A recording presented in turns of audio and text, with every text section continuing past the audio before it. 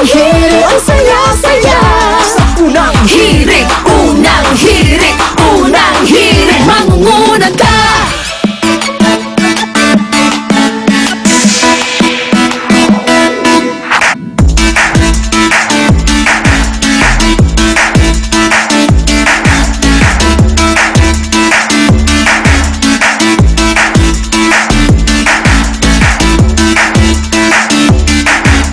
Okay, good morning mga igan.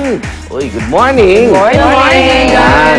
8 na ng buwan ng Hunyo, Merkulis na, tayo mag-8-8. At ikatlong araw na ng ating balik eskwela. Kaya mga bata, gising. At oras na para pumasok sa inyong mga eskwelahan. Kaya sa mga mommy at daddy dyan, tandaan dapat healthy and nutritious po ang ipapabaon natin sa kanila para buong araw, bibo sila sa eskwelahan.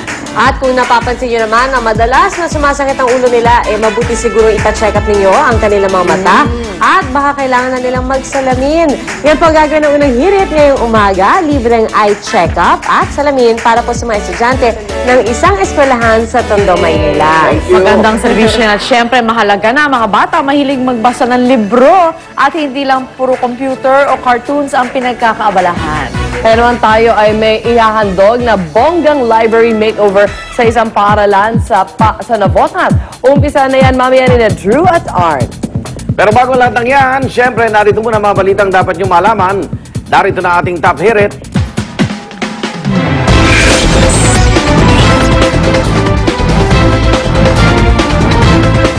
Pulong po ng CHED at mga estudyante para maibaba ang tuition. Yung tinatawag na miscellaneous fee sa mga kolehiyo nauwi sa protesta. Ito ay matapos sabihin ng CHED na wala na silang magagawa at paghintay na lang ng susunod na semestre. Illegal fish cages at Taal Lake, Batangas at Anda, Pangasinan, sinisimulan ng baklasin matapos ang malawakang fish kill doon. Singil ng Meralco para sa buwan ng Mayo, tumaas. At maramdaman daw natin sa darating na bill ngayong Hunyo. Ang dating senador at nabigong vice presidential candidate, Mar Rojas, kinalaga bilang bagong kalihim ng Department of Transportation and Communications o DOTC. Darito na po mga detalye ng mga balitang yan. Nauwi sa kilos protesta ng mga estudyante sinagawang pagpupulong kasamang Commission on Higher Education o CHED kahapon. Dismayado po ang mga estudyante sa kinantungan ng public hearing tungkol sa miscellaneous fees at tuition ng mga eskwelahan. Ayon sa CHED, hindi na po maihahabol pa sa unang semestre ng school year ang anumang mapag-uusapan sa pulong. Kaya naman ang resulta, nagprotesta ang mga estudyante sa tapat ng opisina ng CHED. Ayon kay Einstein Resedes ng National Union of Students of the Philippines, Pebrero pa raw ilapit ito sa komisyon, yung problemang yan. Pero hindi pinansin. Bukod raw kasi sa halos 100% na itinasang tuition mula 2001 hanggang 2011, marami ring iba't ibang miscellaneous fees. Pinaghain na po ng CHED ang student groups ng lista ng mga bagay na tingin ay hindi na dapat sakupin pa ng miscellaneous fees na pag-aaralan naman daw ng school administrator. Too late na kasi nag-start na ang classes in many institutions and by next week full blast na yan. Kung noon pa sana inaktuhan nila, hindi sana masisingil ito sa mga estudyante. Pero dahil nga nahuli, wag naman huna sana nilang sabihin na sa susunod na taon. Lagi naman huna nilang sinasabi kasi yan. Pwede kaya nilang i-itemize yung miscellaneous fees na yan? Kasi sa batas inaalaw yung mga universities and colleges na magkaroon ng 20% increase Sa tuition, sa basic, diba? Sa matrikula. Oo. Ngayon, ginagawa na lang nila na miscellaneous fees para magkaroon ng 20% increase kahit hindi na kinakailangan. Kaya dapat busisiin nga ng CHED, kailangan bang increase kasi taon-taon sinasabi, tataas ang sahod ng mga guro. O kaya yung pasilidad, wala naman nakikita improvement yung mga mag-aaral. As may mga diba nagreklamong college students, for example, yung miscellaneous fees, kabilang pala dun may mga dental fee o kung ano-ano. Pero never naman daw silang bumisita sa dentista. So parang I think kailangan din ma-itemize. Tapos siguro, hindi kaya pwedeng disgrasyon ng magulang kung ano din yung kailangan ng kanilang mga anak. Oo. Diba? Mahirap yan. Kasi kababayad ko lang ng tuition eh. Alam na miscellaneous fees. Oo eh. Mas malaki pa kayo miscellaneous fees eh. Kesa dun sa kung i-compete mo, diba? Sa college, pag per unit. Oo, mas malaki pa.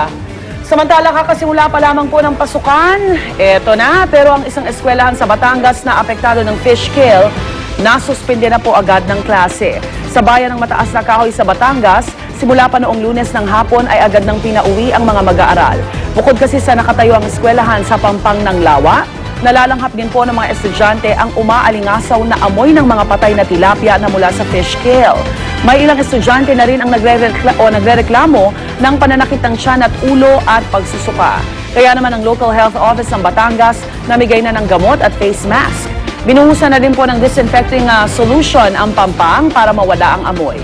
Suspendido ang klase doon hanggang bukas. At bilang remedyo sa mga nawalang araw ng pasok, magkaklase na lang daw sila sa Sabado. Sana bigyan din sila ng parang kung ma-extend pa kasi baka pagdating ng Sabado, ganun pa rin yung amoy. So, sana bigyan sila parang homework na, di ba? Advanced homework. Hindi kasi kahit daw na naiaho na yung mga patay na isda, yung katas, nandun pa rin. Hindi nawawala. Hindi nawawala agad. Oo. Samantala, ito po, meron po tayong update sa nangyaring fish kill sa Anda, Pangasinan, kung saan sinimulan na ang pagbabakla sa mga nakatayong fish pen sa gilid ng Kakiputan Channel.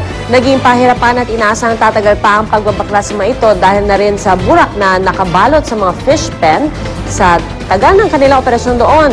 Tinatayang aabot sa 3 kilometro ang bahagi ng Kakiputan Channel na tatanggalan ng fish cages para dumaloy ang tubig mula rito at hindi na muling bumaba ang oxygen level ng mga isda. Sa Taalik naman sa Batangas, napagkasundo ang tanggalin na ang fish cages na walang permit bago mag-June 15. Ang Bureau of Fisheries and Aquatic Resources o BFAR naglatag na ng ilang reforma para hindi na maulit ang fish kill tulad ng pag-ipit sa monitoring ng mga mangisda na huwag sobrahan ang inaalagang isda. Sa tala po nila, aabot raw ng 160 milyong piso halaga ng kabuhayan ang napinsala ng fish kill sa Batangas. Pero pwede na iwasan, di ba? Pwede na iwasan. Yes. Kasi yung mga illegal pong fish cages dyan, parang kabuti. 1,000. Paano naglagay din yan sa mga otoridad na nagbabaklas ngayon? Yun na. Di ba, paano magkakatayo yan ang hindi ba lang nasisitayan? Di ba 1,000 yung mahigit na illegal? Mapapansin yun, di ba? Hindi naman yung makakalusot basta-basta. Kasi nga lahat ng problema sa Pilipinas 1, 2, 3, palayasin mo. Pag hindi, wala na. Ayan daw, over na sa fish cages. Aangkinin na nila yun. Over pa sa mga isdang inalagaan, over pa sa feeding. So, marami nabubulok tuloy ng mga feeds daw sa ilalim. Kaya yan po ang malinaw na epekto ng pagkaganid. Gusto maraming hango, malaking kita, kaya yan, naubos na yung biyaya. Lalong wala. At dahil maraming mamimili ang umiiwas ngayon sa pagbili ng isda dahil sa nangyaring fish kill, tumaas naman ng 5 hanggang 20% ang presyo ng gulay sa ilang palengke ayon sa Department of Trade and Industry. Dagdag pa rito ang epekto ng pagsimula ng tag-ulan na nagpapataas sa presyo ng gulay. Pero kung nangangamba pa rin daw kayo sa pagkain ng isda, may iba pa namang seafood na pwedeng kainin. Pagpapanatag pa ng DTI, ligtas pa rin ang mga processed fish na nasa lata. Pakiusap naman ng DTI sa lokal na pamahalaan at BIFAR, ugaliing mag-ikot sa mga pamilyang para tiyakin kung ligtas ang binebentang isda. Maging matalino ang mamimili. At kung ang presyo po ng gulay tumaas na ngayong Hunyo, mararamdaman na rin natin ang dagdag sigla sa kuryente. Tataas po kasi ng 51 centavos per kilowatt hour ang generation charge sa ating Meralco bill. Kaya ang mga kumukonsumo ng 101 kilowatt hour kada buwan, madaragdagan ng mahigit 50 pesos ang monthly bill. Paliwanag na Meralco, tumaas daw kasi ang demand sa kuryente nitong Mayo dahil sa tag-init. Pero hindi pa riyan natatapos dahil posible pa raw masundan ang dagdag singil. May petisyon kasi ang Power Sector Assets and Liabilities Management o itong PISAM na 90 centavos per kilowatt hour na dagdag singil. Ito raw ang mahigit 500 billion pesos na utang ng napukor. Pero ang good news naman sa mga consumer na hindi tataas sa 100 kilowatt hour kada buwan ang konsumo, inaprubahan na ng Senado at Kamara ang pagpapalawig sa Lifeline Subsidy para sa inyo. Certified as urgent din ito ng Pangulo, kaya inaasahang maisasabatas na ito sa lalong madaling panahon. Ito naman po, mga kapuso, good news, lalo na po sa mga nanay na naghahanda na agahan ng kanilang mga anak.